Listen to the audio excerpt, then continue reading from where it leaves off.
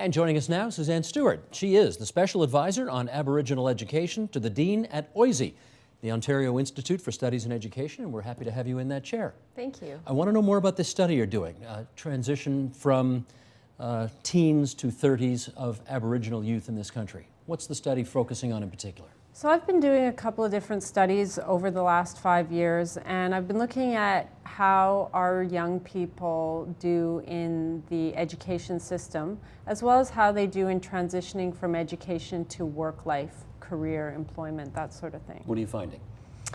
Well, what I'm finding is there are a number of barriers and challenges that our Aboriginal young people are facing, both in school and in the workplace, and these are very similar in both places.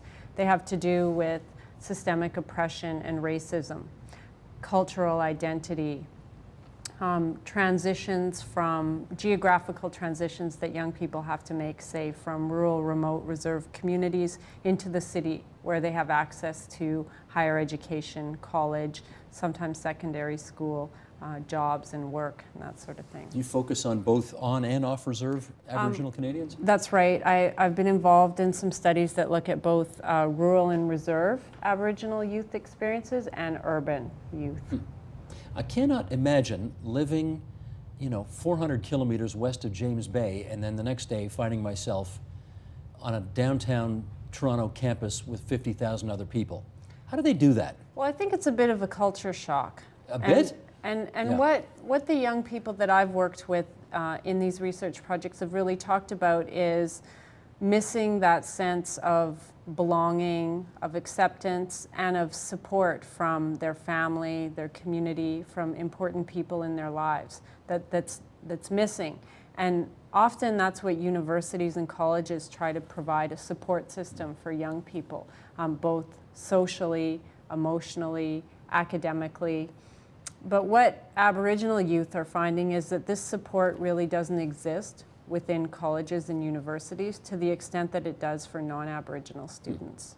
I guess it really is ironic that they feel so remote, given that they will never have been in a circumstance where they're surrounded by more people, right? They're moving, in some cases, into the most densely parts of the country, and yet feeling very alone.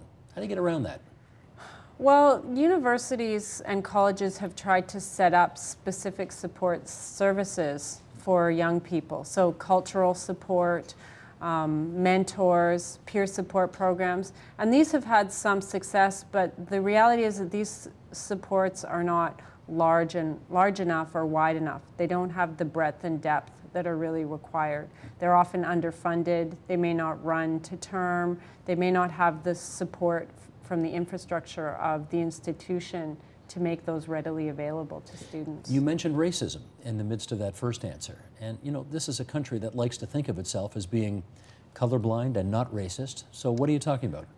Well, as far as the Aboriginal history of Canada is concerned and the experiences of many Aboriginal people in Canada, myself included, Canada is actually a very racist place with a very dark history of racism and oppression towards our people.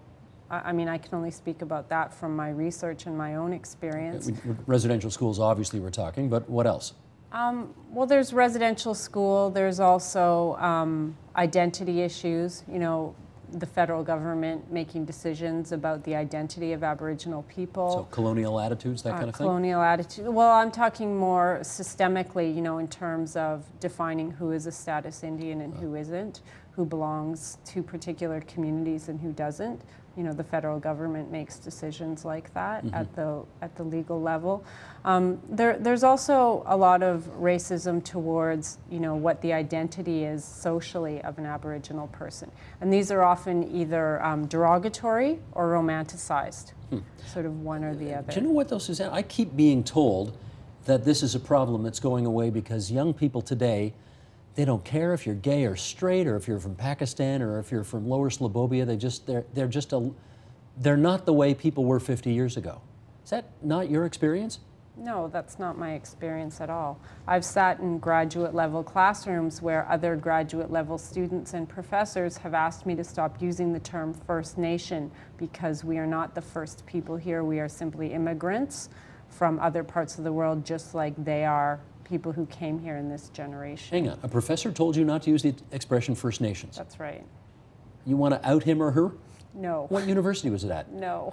Really? You know what is it? But that happened. You know, yes, and I have students who come with similar experiences. In my research, I've had many participants who've talked about very, very discriminatory and racist comments that have been made to them, both by professors and other students within the higher education system. Well, let's define racist, because, you know, if you're black in the United States, we know, you know, you want to call somebody a bad name, we know what word they use.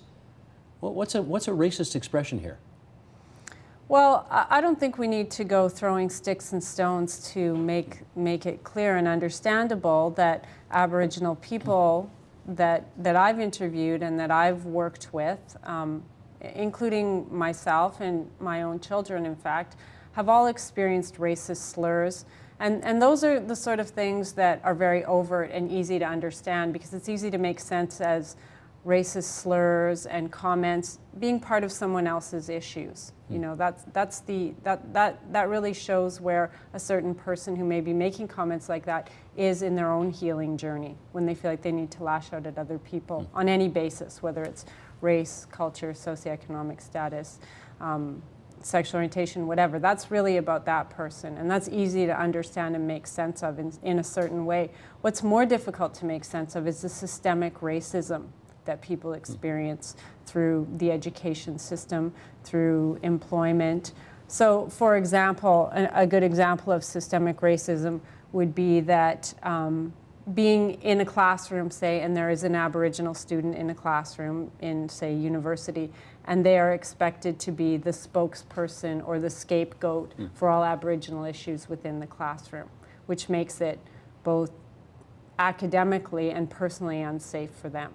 In a way that no other person would be expected to represent their community, quote unquote. Right. Okay. That's right. Okay, so you've studied it. What should we do about it? Well, there's a number of different things, you know, specific solutions that have come through some of the research that I've done. And that would be, first of all, creating more supports for Aboriginal students, holistic supports. So not just having the academic support there, but having social support, emotional support, spiritual and cultural support. When we talk about education as not being holistic in an Aboriginal context and needing to be more holistic, what we're really talking about is being able to appreciate the cultural, respect and appreciate the cultural identity of the student and what that entails. And when we say holistic, what we're really talking about is the missing piece, which is the spiritual part. Indigenous people are spiritual people, and the spirit of the self and of education is often what's missing for our young people. Are non-Indigenous people capable of providing that kind of support? Absolutely. Providing the support that's needed to make that available. But in terms of delivering the program itself, does that kind of a program only work? See, what I'm understanding is if you're an Aboriginal student in a big urban setting and you're far away from, let's say, a remote reserve where you used to live, does that kind of program only work if you're relating one-on-one to a fellow Aboriginal Canadian? Well, not necessarily, because what we're really talking about now is about making human contact, right? Okay. And when we're not able to meet someone on an equal basis at a human level, which is what we're not doing when we're coming from stereotypes and racist ideology about what a person is, in terms of their identity, in terms of their epistemology, then we're not meeting them on a human level. Okay. Teachers, what role can they play? Well, teachers themselves, first of all, need to learn who Aboriginal people are and what the history of colonization is and what that impact is on education.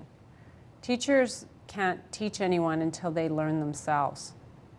If a teacher is teaching a 7-year-old Aboriginal Canadian, is it helpful to their being able to teach that 7-year-old to know what you just said? Absolutely. I mean, Aboriginal people in Canada are currently dealing with education as a healing issue, not as a tool that's going to help us move forward in life, which is how most kind of non-Aboriginal people understand education. Education has been used as a tool of oppression on our people for several generations, and we're still dealing with healing from the trauma of that experience. So education is not seen as something that's safe and healthy and good. It's seen as a source of trauma. Even by that 7-year-old? Well, that 7-year-old may have a parent or a grandparent who went to residential school. But the 7-year-old probably doesn't know that, do they? But the 7-year-old comes from a system that doesn't give support for formal education because it sees formal education as a source of trauma and oppression. Gotcha. That's why. So, So not just teachers, but all of us So have it to... becomes intergenerational in that way. Right. If we were to make these changes, how long do you think it would take before Aboriginal Canadians don't feel the way you do about the kind of country in which they live? Well, maybe I'm a little naive when it comes to change, and I think that change is something that can really happen with the turn of a head or a blink of an eye. And what it really takes is for people just to be able to see things a little bit differently, for things to begin to change. We're open to that? I think everyone has the capacity to be open to that. How realistic that really is yet to be seen. I mean, where I work at the University of Toronto, there have been major changes.